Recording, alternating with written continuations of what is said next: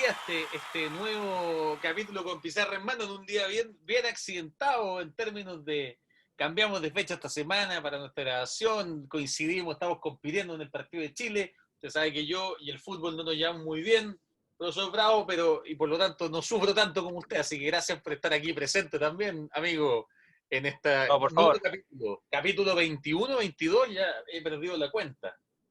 Vamos en el 21, profesor.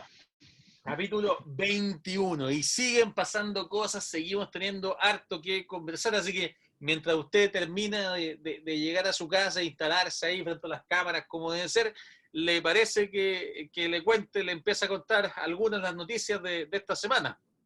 Vamos, harta noticia esta semana, así que harta cosa, así que dele nomás, lo escucho. Harto tema, han salido hartas cosas, obviamente algunas de ellas ya las hemos conversado antes, pero otras son novedosas. Por ejemplo, esta semana salió finalmente la propuesta, se ha discutido harto en la prensa en torno al presupuesto nacional para el año 2021.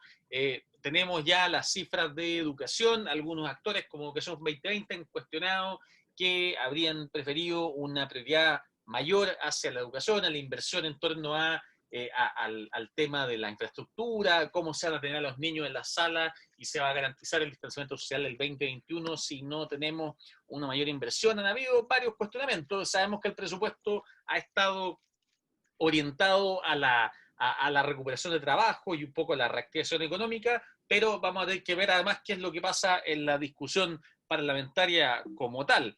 También como parte de las noticias de esta semana, la PTU, la famosa prueba de transición universitaria, se va acercando cada vez más y algunos alcaldes como los de Puente Alto, Independencia y Renca, comunas que han estado afectadas por cuarentenas bastante largas, Renca, por ejemplo, que ha tenido probablemente más meses de cuarentena en su momento, han pedido a los rectores un puntaje extra en esta prueba de transición para estudiantes de zonas con largas cuarentenas. No sabemos qué va a pasar con eso, pero sí tenemos claro que lo que ocurra se va a sumar a una serie de novedades y de cosas que vamos a estar viendo con esta nueva PTU que hace su debut este año por primera vez.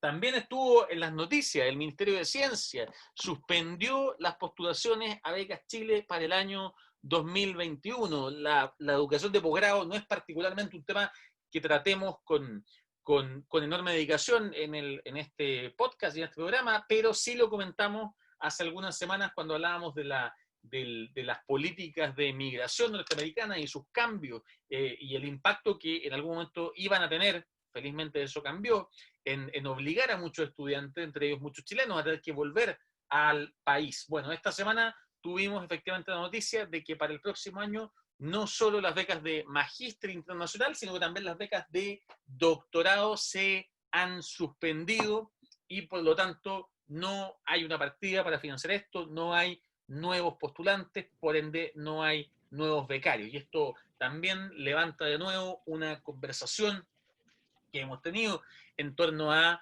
el tema del financiamiento del capital humano en nuestro país, cómo se financia ese capital, si debiera focalizarse ese tipo de financiamiento. Y bueno, vamos a estar viendo ahí qué es lo que pasa, pero la información, al menos a nivel presupuestario, ya está.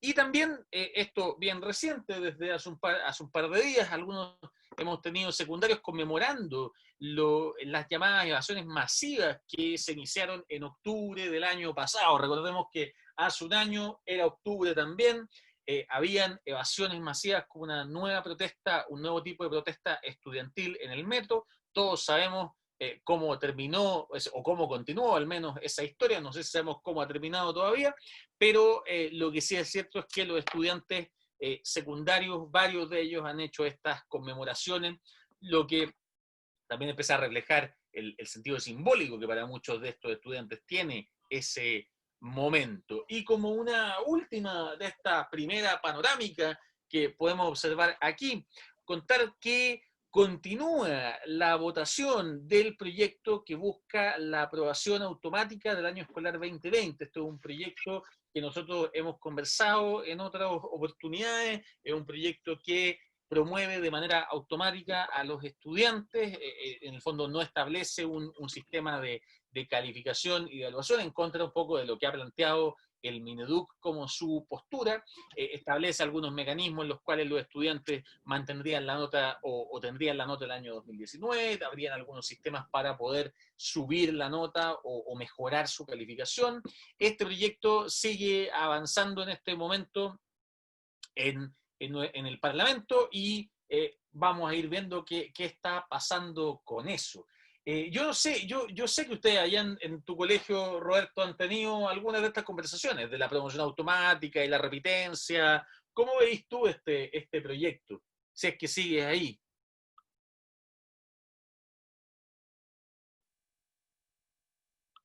Porque parece que lo he perdido de nuevo.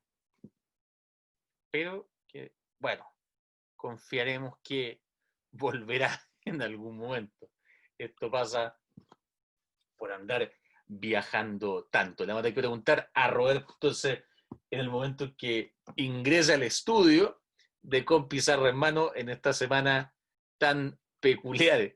Vamos a retomar la pregunta. Entonces voy a dejar la pregunta suspendida ahí en el aire y vamos a pasar a nuestra cápsula de profes de esta semana. Como todas las semanas, aunque eso va a cambiar, se los vamos a contar ahora al final, tenemos una de las cápsulas de profes, de nuestras amigas de Profes con Chile. Profes con Chile es una comunidad online de profesores y profesoras que pueden encontrar en su Instagram, @profesconchile, una comunidad que busca compartir prácticas exitosas, busca compartir recursos pedagógicos y que ha nacido, de hecho, en este contexto de COVID-19 y que ya cuenta con más de 14.000 profesores y profesoras miembros que comparten, como decía, sus planificaciones, sus materiales, sus recursos y construyen comunidad de aprendizaje. Profes con Chile nos trae todas las semanas o nos ha traído hasta ahora una pequeña cápsula y los invito ahora a poder ver la cápsula de esta semana.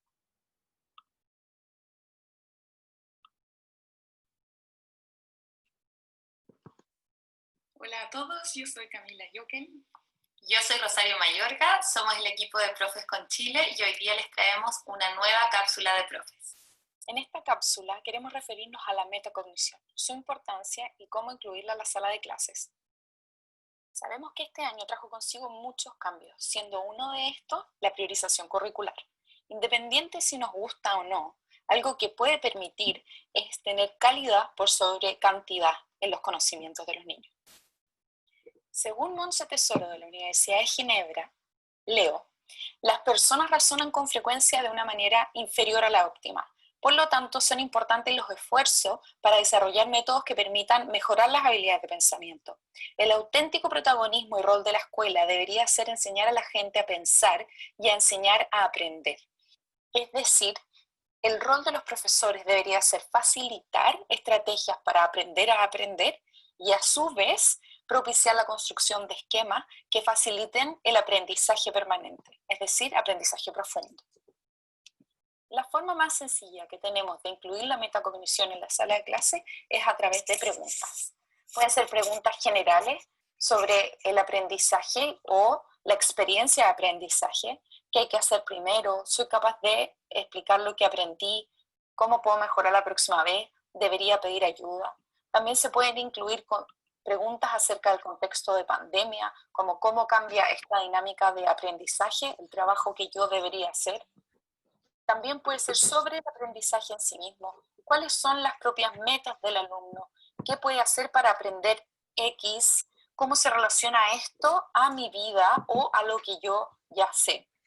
También puede ser sobre la tarea en específico. Si fue fácil, si fue difícil, por qué, qué parte le debería haber dedicado más o menos tiempo o por dónde me conviene partir. Otras ideas de preguntas que pueden incluir son sobre el alumno mismo, cuál es su rol y cuáles serían sus características personales que los pueden ayudar o hacer esto más desafiante, cuáles son estrategias de aprendizaje que se pueden aplicar, cuál es la disposición de aprendizaje o en su efecto las actitudes de aprendizaje que se tienen frente a una clase u otra. Una forma práctica de incluir esto en la sala de clases es por medio de formularios de Google que son enviados a los alumnos. En este caso, este es un ejemplo que se le envió a los alumnos de cuarto básico al finalizar la unidad. Las preguntas tienen relación a qué cosas aprendieron, cómo fue su actitud durante la unidad, qué hicieron cuando se equivocaron, qué hicieron cuando necesitaron ayuda o qué hicieron con la retroalimentación que recibían por la parte de los profesores. Y también se finaliza con un compromiso de algo a mejorar para la próxima unidad.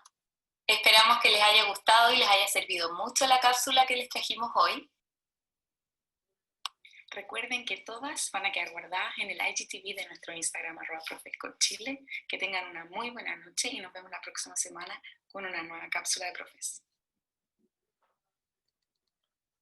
Oye, buenísima la cápsula. Ahora Regresé. sí, ahí está. Yo desapareció en algún momento. Quería hacer un chiste que te habíamos perdido en vivo. Después me acordé que esto lo ve toda tu familia y no quería preocuparlos,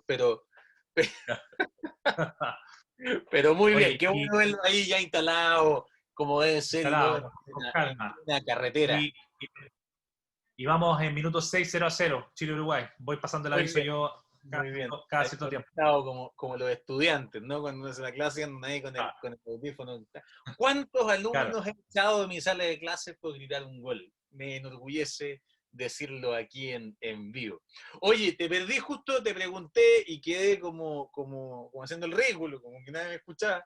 Te estaba justo preguntando de esta última noticia del proyecto de votación particular, de la votación del proyecto de la aprobación automática y cómo establece esta idea de mantener un poco la nota del año 2019, de que todo el mundo aprueba, de que hay unos caminos para poder subir la calificación. Y te preguntaba un poco cuál había sido tu experiencia. Yo sé que tu colegio establecieron rápidamente que nadie repetía como tal.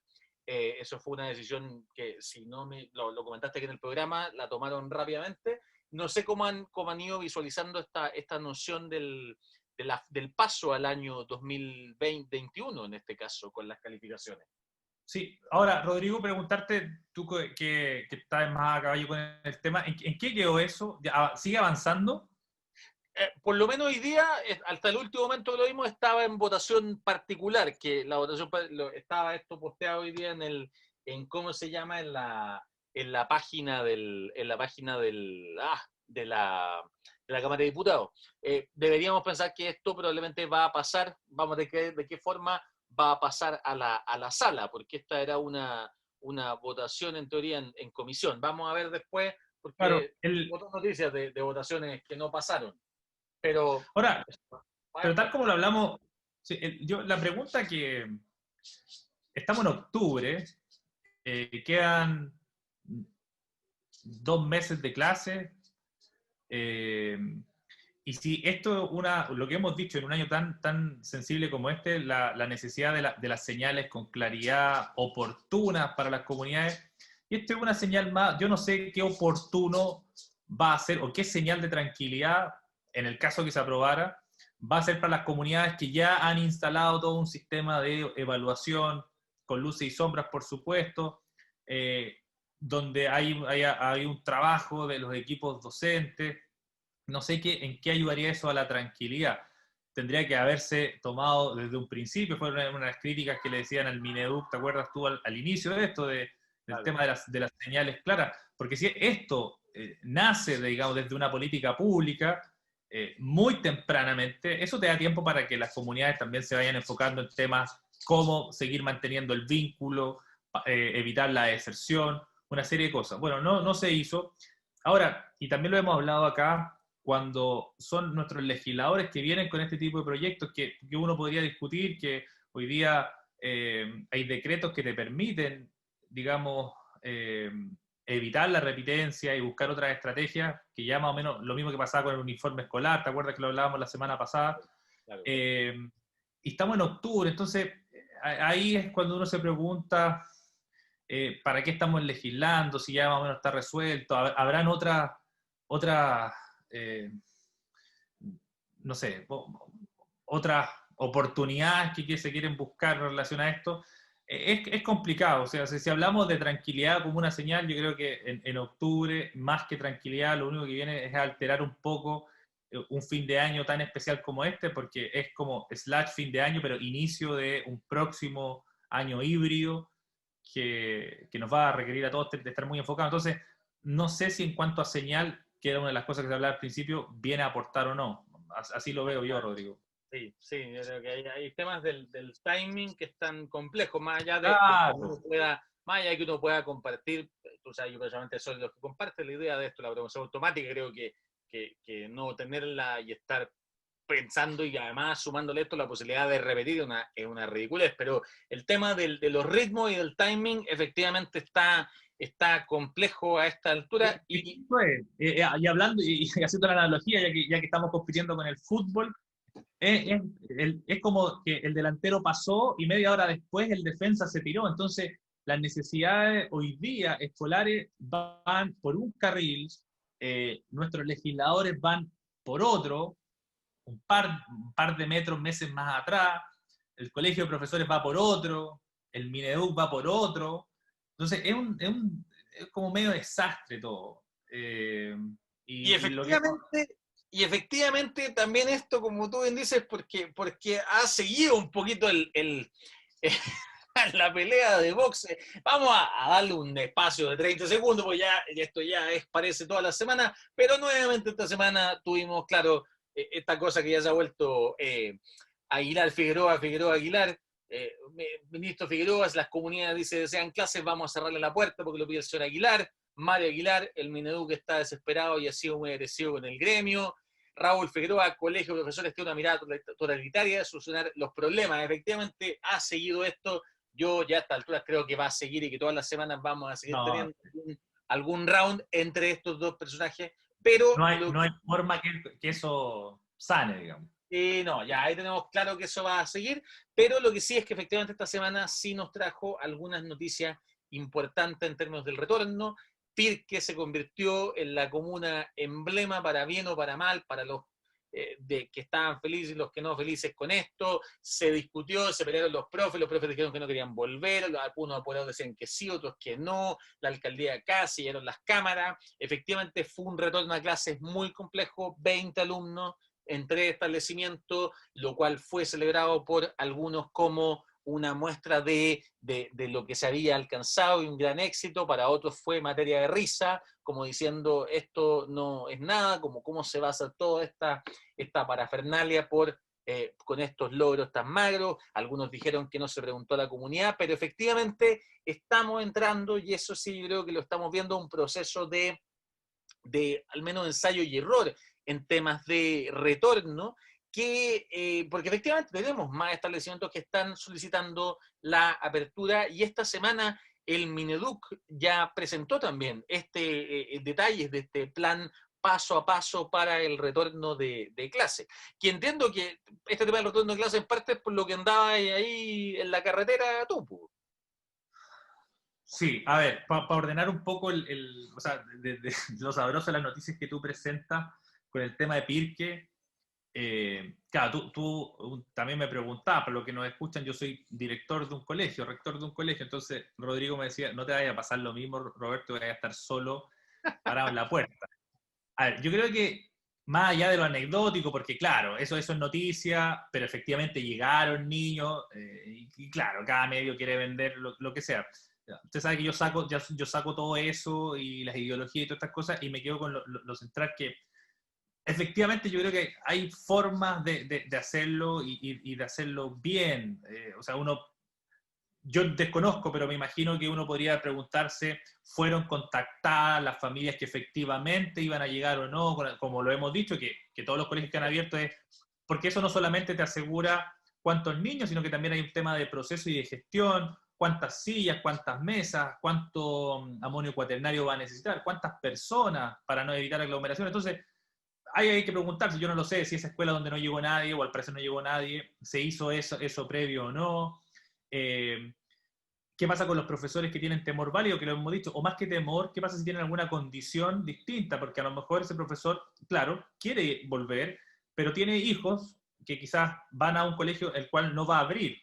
Entonces, y que eso es válido también.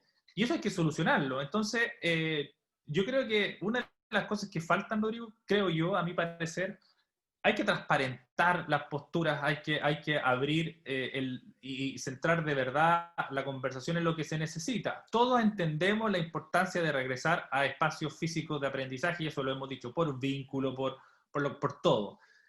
Pero estamos en una situación especial. Y es verdad que así como hay colegios que tienen mayores facilidades para reabrir porque sus alumnos, la mayoría de sus alumnos y sus profesores no toman transporte público, porque una serie de cosas, pero hay otros colegios que están muy complicados por lo mismo, porque tienen que cruzar comunas, tienen que usar transporte público, lo mismo sus profesores.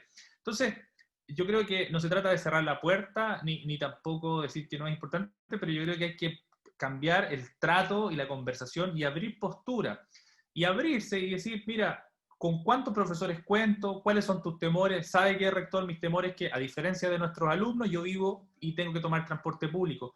Bueno, si hay que invertir, veamos cuántos profesores necesitan transporte público y que los colegios, o en este caso, se ha dicho que se puede ocupar recursos públicos, la ley CEP y otros, y los colegios particulares pagados tendrán que hacer lo mismo de sus propias arcas con algunos recursos.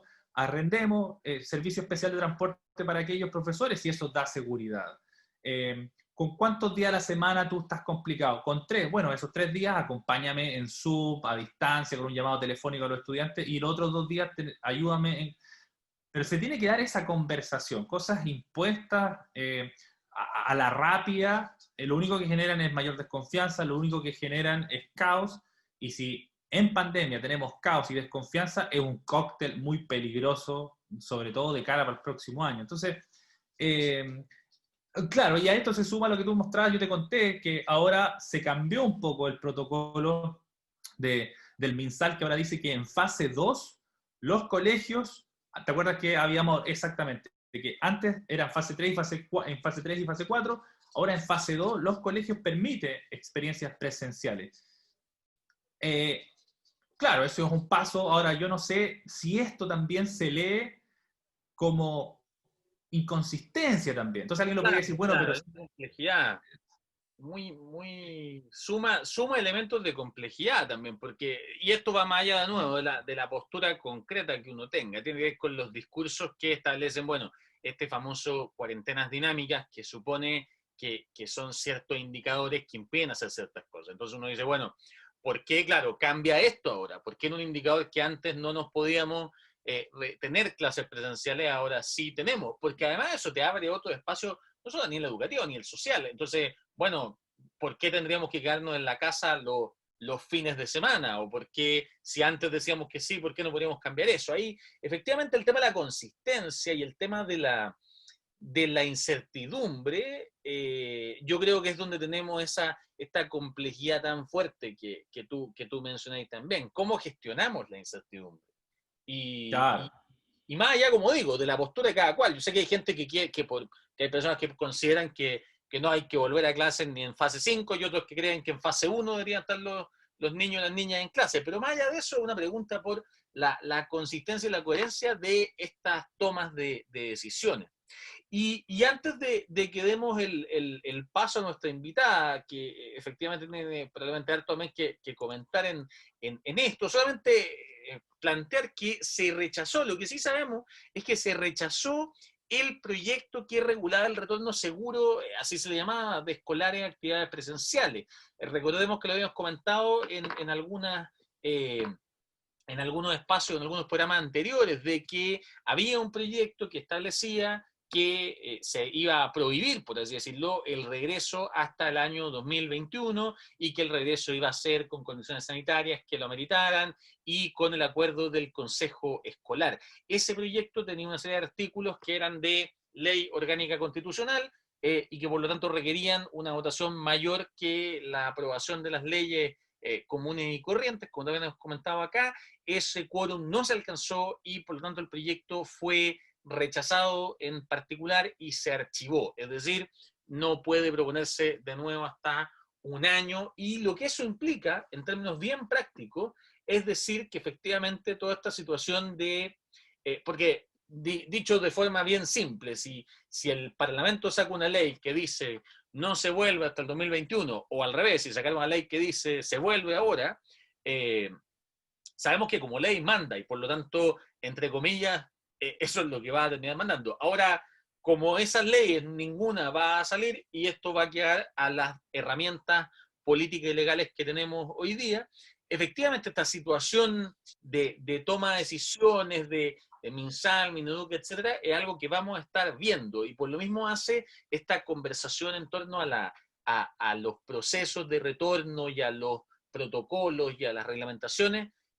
tanto más importante. Y para eso justamente tenemos a una invitada el día de hoy que de hecho ha sido ella muy vocal en estos distintos temas. Así que vamos ahí a conversar justamente de esto con Magdalena. Tenemos Magdalena Vergara, tenemos el agrado para todos nuestros amigos del podcast y que nos están escuchando en YouTube.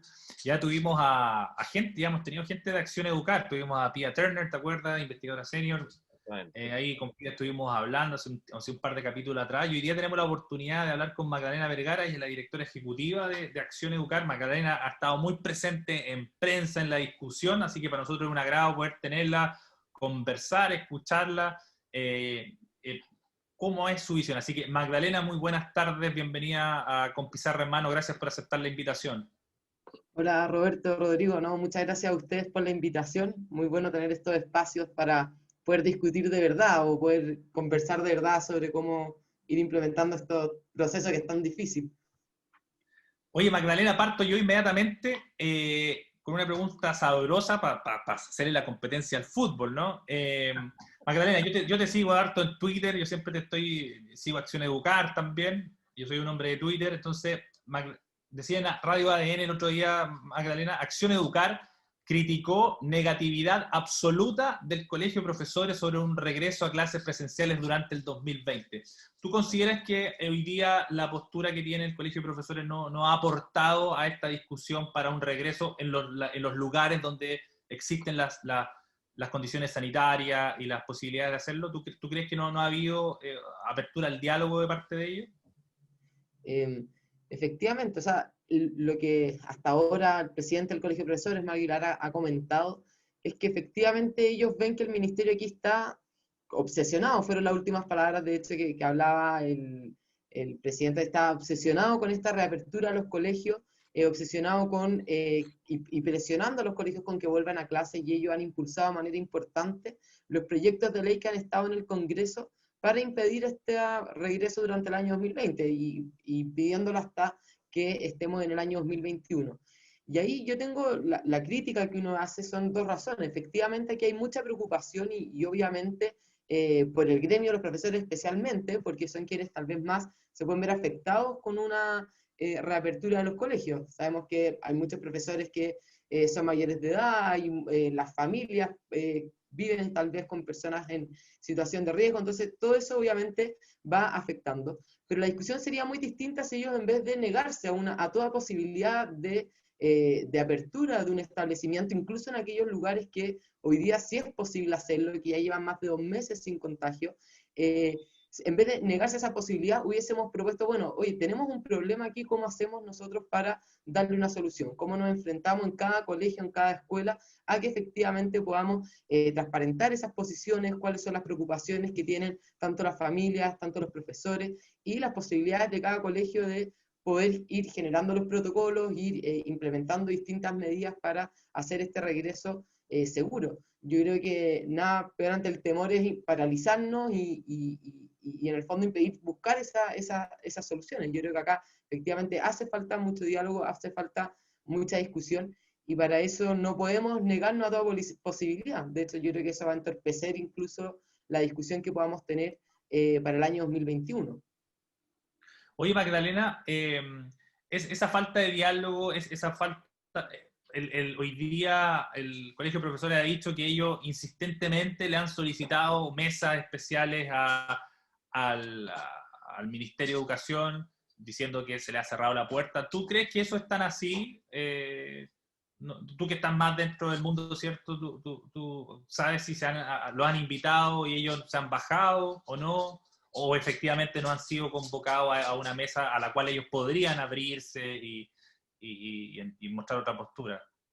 Sí, o sea, se ha hablado harto de esta posibilidad de generar esta mesa a nivel nacional con distintos actores, una mesa intersectorial, que por supuesto es una posibilidad, pero también hay que ver cuál es el trabajo que se necesita hacer hoy en día también.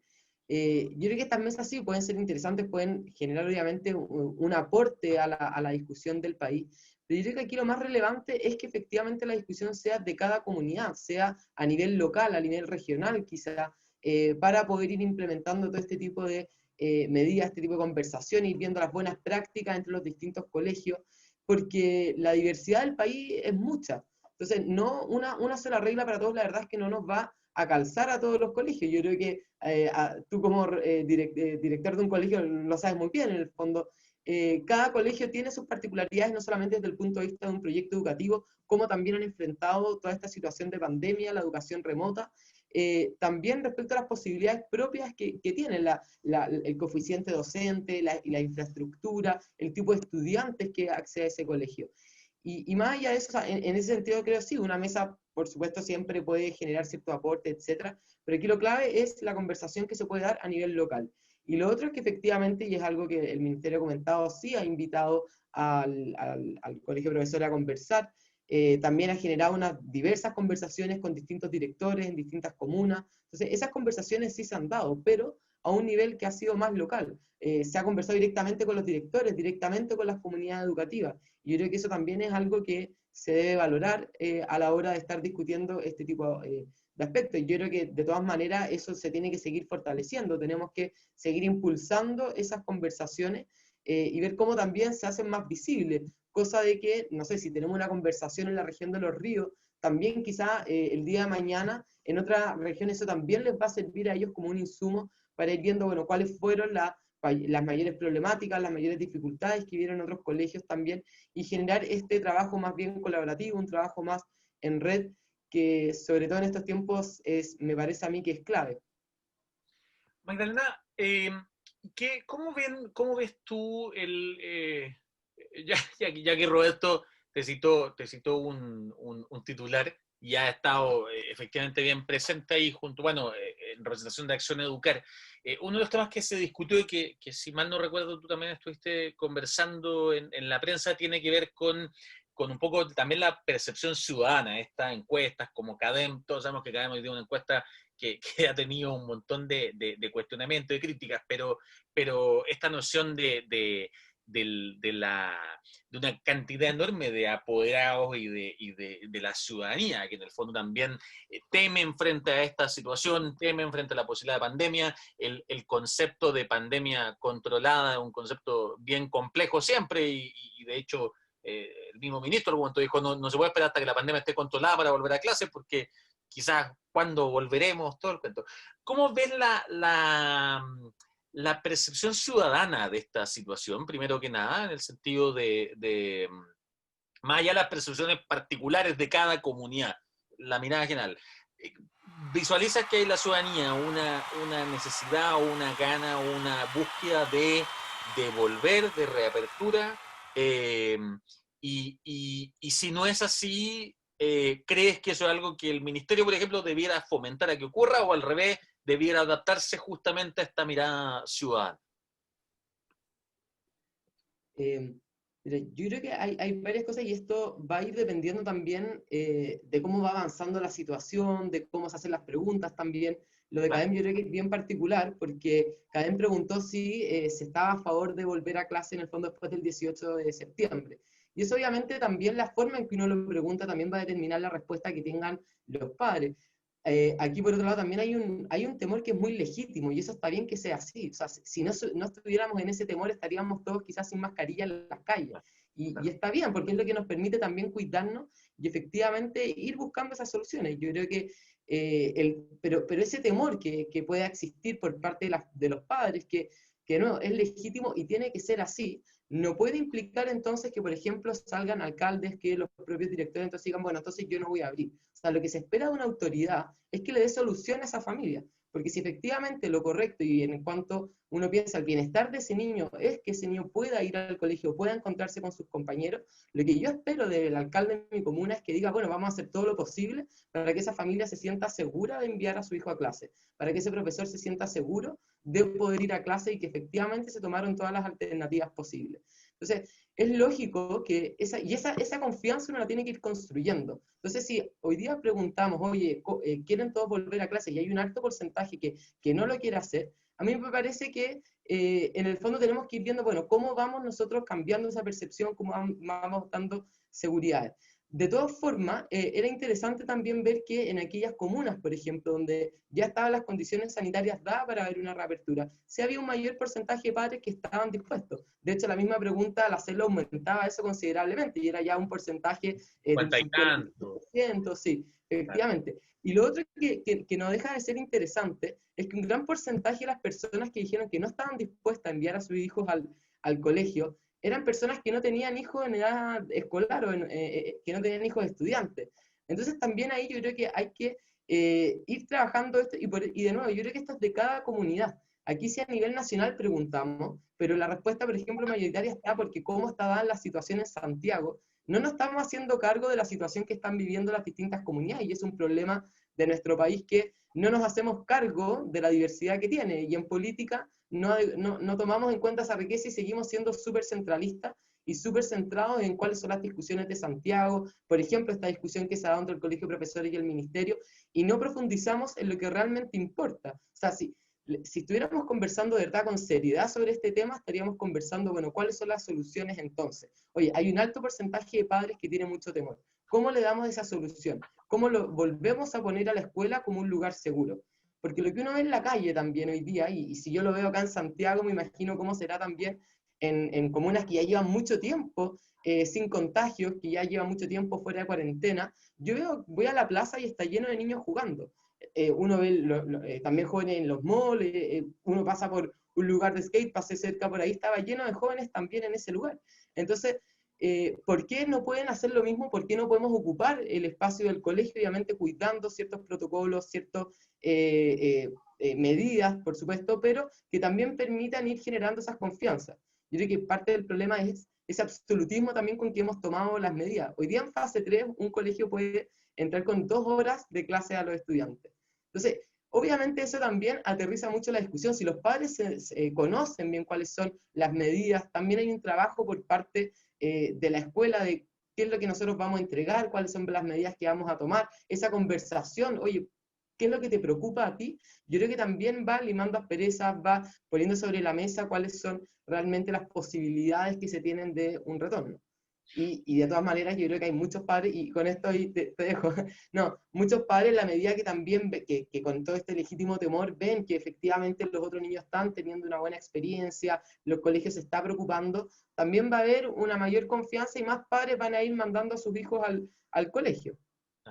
No, de hecho, un poco quería seguir en esa línea. Estoy además totalmente de acuerdo en los temas por eso decía las precauciones con CADEM. Yo CADEM además tengo serias críticas en su metodología en general. Entonces, pero claro, en el hipotético caso, en el fondo, de que esta sea la visión, y ahí esto que planteas tú me quería preguntar, o tirar un poquito más el hilito de esto de las medidas. ¿Qué tipo de medidas consideras tú que en el fondo podrían ayudar a, por ejemplo, que una persona que considera que esta situación sanitariamente es peligrosa para enviar a su hijo, a ir reduciendo esos temores? Obviamente, y aquí siendo claro, medidas que sean realmente reductoras de temores, y no sabemos que aquí igual hay política, parafernales, muchas cosas, pero ¿qué medidas ustedes a lo mejor han visto o que consideren que pueden ser beneficiosas en el fondo para ir reduciendo esos riesgos?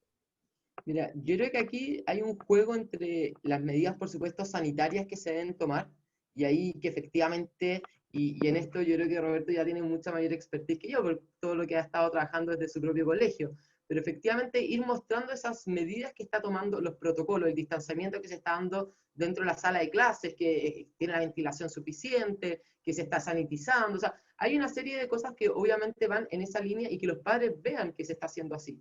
Pero por otro lado, yo creo que no son solo medidas sanitarias las que van a permitir también ir recuperando la confianza. Yo creo que también son medidas de cuando los padres ven cómo sus hijos, que yo creo que muchos lo están viendo hoy día desgastados, los hijos están solos, o sea, hay una situación de mayor estrés, también de mayor ansiedad, cuando ven esa posibilidad de reencuentro con sus compañeros, lo positivo que es esa instancia, el salir a hacer deporte, el estar de nuevo al aire libre, aprovecharlo, yo creo que también va ayudando a alivianar esos temores y decir, oye, efectivamente es posible hacerlo. Es posible que mi hijo vaya a la escuela, que lo pase bien y que al mismo tiempo también esté cuidado, que no ponga en riesgo su vida. Hoy día leía un reportaje que hicieron de la Fundación Súmate del Hogar de Cristo, que trabaja con estudiantes muy vulnerables, que están en riesgo de deserciones, muchas escuelas de reingreso también. Y él mismo decía, o sea, nosotros estamos trabajando, y él decía, todos los días nuestros alumnos nos piden volver a clases también, porque son alumnos que están en una situación súper vulnerable, y eso también nos tenemos que hacer cargo. ¿Qué pasa con todos aquellos estudiantes que efectivamente en su casa no tienen las condiciones, viven mayores situaciones de estrés, de mayor agobio también? Entonces ellos pedían volver en la escuela, era un lugar no solamente protector, sino era un lugar donde también lo pasaban bien, donde tenían espacio para moverse, donde tenían espacio para poder jugar, hacer deporte. O sea, hay muchos estudiantes en Chile que viven en sus casas con hacinamiento. Entonces, eso también tenemos que, yo creo que ir sopesándolo y ir ponderándolo en estas medidas.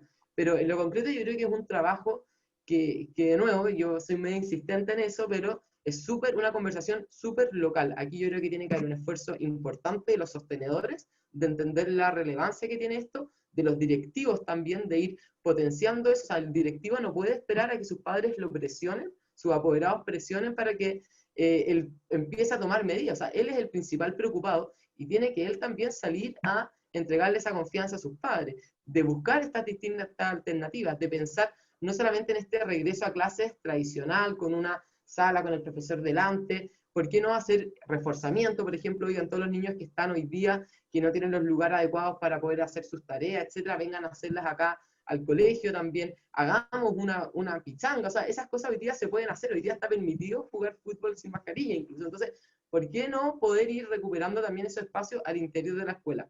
Y ahí también va a ir generando esta percepción nuevamente de que no es necesariamente un lugar peligroso, que no es un lugar de riesgo.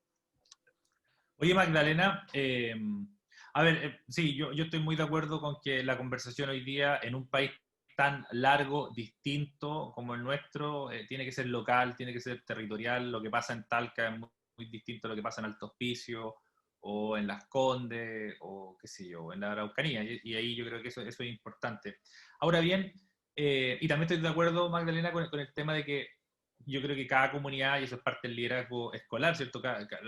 Los líderes instruccionales hoy día tenemos esa tarea y esa obligación de movilizar y compartir una visión. Y esa visión que es compartida también hoy día en pandemia más se necesita involucrar a la familia, y eso va generando a mayor nivel de conversación, menor nivel de desconfianza, y eso siempre ha sido así. Ahora, ¿quién organiza esta conversación? ¿Cuáles son los pisos mínimos? Porque aquí también tiene que haber un tema de política pública. ¿Quiénes se hacen cargo de gestionar y movilizar? Porque hoy día yo como rector, quizás, a mí quizás en mi colegio no se me ocurre cómo liderar mi colegio en pandemia, y quizás el colegio de al lado lo está haciendo espectacular, y quizás yo no tengo las competencias. Entonces, ¿quién me ofrece, quién me obliga, quién me motiva a tener esta conversación local, pero para que no ninguna escuela quede en desventaja, digamos? Entonces, ¿a quién crees tú que le corresponde motivar esta conversación, levantar información e intercambiar estas prácticas exitosas que tú bien hablabas? Porque siento yo que también no puede ser solamente decisión y motivación de las propias comunidades. Tiene que haber ciertos lineamientos, que básicamente eso es como la política pública. ¿Cómo lo ves tú? Sí, no, absolutamente, estoy muy de acuerdo contigo. Creo que, o sea, esto finalmente tiene una serie de aspectos o focos que uno debiera enfrentar, así como, por ejemplo, yo hablaba de que son los directores también quienes tienen que darle las garantías, seguridad de sus familias, así también le corresponde al ministerio hacer lo propio con las propias escuelas, al gobierno en general, y ahí sí creo que es necesaria una política clara respecto de cómo hacer cómo hacer el retorno, la reapertura de los colegios, impulsar eso, incentivar también a la escuela y darle los apoyos concretos. Y aquí siento que no es solamente un tema también del Ministerio de Educación, que es obviamente el principal como encargado responsable de impulsar todas estas políticas. También es un tema de Estado finalmente, de cómo las distintas personas, la sociedad, los distintos sectores nos vamos haciendo cargo de esto. Y yo creo que ahí ha faltado mucho poner a la educación de verdad como una prioridad sobre el debate. O sea, lo único que hemos conversado de educación durante la pandemia, bueno, por supuesto ha sido mucho el tema del retorno, ha estado todos los días en los diarios, pero siempre de una manera súper superficial quizá. Sobre todo yo creo que ahora con el retorno creo que ha pasado bastante eso. Ha estado todo el tiempo la discusión de cuándo vamos a abrir, cuándo es el momento oportuno, pero jamás discutimos cómo vamos a generar esa apertura. ¿Qué significa poner a la educación en la prioridad cuando generemos esta apertura? ¿Cuál es la flexibilidad, por ejemplo, que tienen que dar los empleadores a sus trabajadores para que puedan tener estos horarios flexibles? Porque si vamos a tener horarios diferidos, una familia con más de 3 hijos quizás, o incluso con 3 hijos, pueda tener horarios distintos para ir a buscar a sus hijos, ir a dejarlo, etcétera. ¿Qué pasa? Entonces, todo ese tipo de cosas las tenemos que pensar. Yo me acuerdo en conversación con un director de Uruguay también comentaba eso, y por ejemplo pensaba aspectos como bueno, los estudiantes más pequeños los vamos a entrar junto con los estudiantes mayores de tercero y cuarto medio, porque se dan cuenta que muchos eran hermanos y eran el hermano el que finalmente también cuidaba, iba a dejar al hermano a la casa, etc. Entonces, esas conversaciones creo yo que son necesarias, son súper prácticas, y uno decía, ¿cómo vamos a estar conversando eso? Bueno, eso es lo que permite ese regreso. Yo creo que esas buenas prácticas, aquí el ministerio debiera también ir incentivándolas y generándolas. Ahora creo yo también, y ahí ha sido un poco injusto también, creo, lo que se ha ido dando, que si bien uno puede tener críticas más, críticas menos, obviamente, aquí hay mucha incertidumbre, no sabemos cómo se viene la pandemia, no sabemos cómo vamos a seguir evolucionando. Yo creo que acá también se ha sido injusto en una crítica al ministerio de que no puede impulsar esta política porque se le está juzgando de que está presionando, de que está imponiendo a los colegios también esa reapertura. Yo creo que ahí hace falta también ese trabajo de decir, bueno, no se trata de impulsar, sino que si el ministerio no lleva una agenda de verdad de querer abrir los colegios porque es bueno para los estudiantes, entonces no lo vamos a hacer nunca, porque efectivamente es él también quien tiene que ir incentivando, ir entregando los apoyos, ir conversando con las escuelas, por qué no están abriendo, lo están haciendo porque efectivamente no tienen las posibilidades, ya lo conversaron, ir viendo las razones. Lo mismo que ocurrió en Pirque. ¿Por qué Pirque? Si bien yo creo que no fue un fracaso para nada, esto va a ser así, van a ir pocos estudiantes quizá la poca vez, a pesar de que yo comparto contigo que ahí uno tiene que entrar a ver, oye, ¿por qué fueron 20 estudiantes? ¿Por qué no fueron más?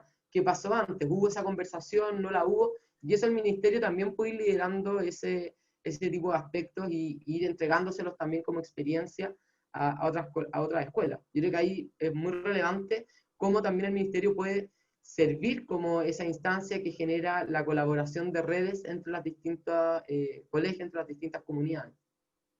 Sí, yo estoy muy de acuerdo. Hoy día, antes de ya para ir cerrando, solamente contar una pequeña experiencia. Hoy día, efectivamente, fui a ver varios colegios, me invitaron a distintos tipos, fui a ver distintos tipos de colegios, particulares pagados, también tuve la oportunidad de ver algunos municipales y particulares subvencionados, algunos que ya abrieron y otros que están en proceso, y fui a conocer prácticas. Usted sabe que a mí me gustan esas cosas, don Rodrigo. Viajar a Santiago le gusta, reconózcalo, pero no importa. Yo le creo, También. yo le creo. Fui al mall. Para ir al mall, no, sí, para ir al mall. Reconoce que viniste al mall. Fui, pero me fui por unos lentes, pero eso fue un detalle. Ya, Oye, pero continúa. Pero efectivamente, una de las cosas que decía Magdalena, que ahí está la riqueza de esa conversación, porque, por ejemplo, uno de los colegios que me tocó ver temprano en la mañana estaba complicadísimo, llevaba 3 días recién abierto, digamos, con los más grandes, qué sé yo, quería incorporar a los más pequeños, pero estaba complicado con este tema de los turnos, porque había muchos papás que estaban reclamando que cómo iban a hacer tanto viaje, que al final iba a ser un desastre, que mejor para eso lo dejaban en la casa, que es válido. Y la escuela que me tocó conocer después, que todavía no abre, pero ya lo había solucionado eso, separando el colegio por apellidos. O sea, la familia Bravo, todos los Bravos, primero medio, tercero medio, cuando van a tal hora, por lo mismo. Y los Mayorga van al turno de las 9. Y los Vergara van a las turno. Entonces, práctica, está bien, pues, hace sentido. Hace sentido. Entonces a esa familia le decía, mira, si los Mayorga son 5 pero si entran 3 primero porque les calza que van 3 en tercero medio y otro en cuarto, eso entra a las 9, y si después metemos primero básico, el hermano chico, los Mayorga, va a las 9 también con ellos porque es el mismo auto. Entonces, son cosas súper sencillas, pero que hacen sentido. Por ejemplo, otra práctica que vi hoy día, en la entrada al colegio, para las familias, para la gente nueva que está entrando, un código QR, que eso se hace gratis en una página web, ¿cierto? Entonces tú ponías tu celular y tenías que marcar todos tus datos de quién eres, si has tenido COVID o no. Y eso va apurando, te va ayudando. ¿Y por qué? Porque era mucho más rápido que alguien te esté anotando, porque esa persona que estaba anotando necesitaba tomar la temperatura. Entonces son pequeñas prácticas, pero imagínate lo interesante que sería, yo no, porque no tengo tiempo, pero usted tampoco, no sé, pero otra persona, digamos, que tomara esas prácticas y se relevaran y se pusieran. Entonces yo propongo, por ejemplo, www.prácticaspararreabrirescuelas.cl. Entonces, pongamos las prácticas, porque al conocer esas prácticas, porque yo hoy día se la comenté a un amigo director, me dijo, toda la razón, porque tenía el mismo problema, toda la razón de entrar por abecedario. Y eso te baja ansiedades. Entonces, y eso que pueda ser compartido, yo creo que hoy día la experiencia de compartir práctica exitosa es vital, siempre vital, pero en pandemia más. Entonces, yo efectivamente creo que aquí faltan, digamos, cómo podemos en un país tan diverso que hoy día la tecnología nos permite, unificar estas prácticas exitosas, porque no solamente para el regreso, sino que qué vamos a hacer el próximo año. ¿Cómo le decimos al Rodrigo Mayorga, que está en tercero medio, que todo su año ha tomado apunte y ha trabajado en su notebook, que el próximo año el colegio le diga, no, lápiz y papel, Rodrigo, usted sabe que los artículos de dispositivos celulares están prohibidos acá? Hay que tener esa conversación. Hay que mirar de nuevo los reglamentos. Entonces, yo hoy día te aseguro que son muy pocas las comunidades que están conversando eso. Entonces, falta llevar la conversación no solamente al cuándo regresar, sino, como decía Magdalena, creo yo, al cómo, a qué vamos a regresar y qué vamos a ver incorporado de todo esto. Pero creo yo que relevando estas prácticas exitosas y poniéndolas a disposición de todos. Sí, yo creo que si eso se hiciera de una forma sistematizada, amigable, muy fácil, despolitizada, creo yo que podríamos encontrar mejores caminos. Magdalena, te queremos agradecer mucho y te queríamos, no sé, que permitirte 20 segundos para hacer un cierre, una idea general desde Acción Educar, para todos los profesores, para todas las comunidades escolares que hoy día nos están escuchando. Y entre medio paso el aviso, gol de Uruguay. Sí, 0-1. Dicen 1-0. Claro, ¿qué mensaje, Magdalena, en este mismo contexto del diálogo y las voces, que se escuchen, qué mensaje te gustaría como dejar para las personas que nos escuchan respecto a esta situación de retorno, o de potencial retorno, o de ensayo y error retorno, que es más probable? No, yo agradezco mucho este espacio para conversar. Son pocos los espacios que se dan hoy día, la verdad. O sea, más allá de que nosotros nos mantenemos conversando con directores, etcétera, profesores, son pocos estos espacios de conversar efectivamente como desde la política pública, y eso yo creo que es muy bueno. Y como mensaje a los profesores, yo creo que, bueno, mi mamá, mi hermana, o sea, mi familia completa es dedicada al área de la educación, son todos profesores. Entonces, yo las veo en lo que están, y yo creo que el mensaje realmente es muy valeroso lo que se ha logrado este año. Yo creo que hay que saber capitalizar todas esas enseñanzas y, como decía Roberto también, cómo las incorporamos a lo que pensamos, cuál es la escuela del futuro, pensamos cómo realmente nos hacemos cargo de esta situación que vivimos y no seguimos como generando prácticas en los colegios, como por ejemplo lo que ocurre al tema de la violencia, cómo nos hacemos cargo de los aspectos socioemocionales, cómo pensamos también esta flexibilidad propia que se va dando, que hemos tenido que innovar tanto, cómo lo seguimos manteniendo a futuro y seguimos como con esta valentía también de atrevernos a hacer cosas distintas, de ir mejorando día a día. Yo creo que más allá también de agradecer obviamente todos los esfuerzos, es seguir envalentonándolas para que puedan hacer todo el trabajo que ya se ha estado haciendo y seguir implementándolo. Sobre todo los valientes que también se atreven hoy día a pensar una reapertura a la escuela, desde distintas maneras, pero creo que eso no vale nada más que decir en esto. Muchas gracias Magdalena, muchas gracias por estar con nosotros el día de hoy en este programa tan distinto que hemos tenido hasta en fecha, en todo, con Roberto llegando ahí, pero y nada, y de poder seguir teniendo estas conversaciones en torno a a la realidad que estamos enfrentando. O sea, al final es eso, yo creo que es lo más importante, entender que la necesidad de abrir diálogo tiene que ver porque nadie sabe quizás tampoco cómo hacerlo mejor, tenemos que ponernos de acuerdo, tenemos que buscar formas y ver cómo vamos avanzando. Así que nos despedimos por el día de hoy, amigo mío. Gracias, don Rodrigo. Gracias, Magdalena. Acá por interno nos dicen excelente el compartir práctica. Gracias, Magdalena. Súper interesante tu aporte. Nos dice Macarena, Frois. Y yo insisto, www.reaperturaexitosa.cl. Me ofrezco a colaborar en eso. Imagínate qué lindo sería. Y eso después se transforma a, una vez que ya hemos abierto, cuando sea, Rodrigo, cuando las condiciones sanitarias lo permitan,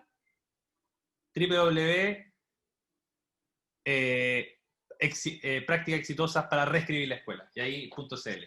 Y ahí vamos, y ahí va mutando esto. Y vamos sacando un libro entre medio. Y vamos aprovechando. Vamos aprovechando. Gracias, Magdalena. Gracias a todos. Nos vemos la próxima semana en un nuevo capítulo. Que estén muy bien. Chao, chao. Chao.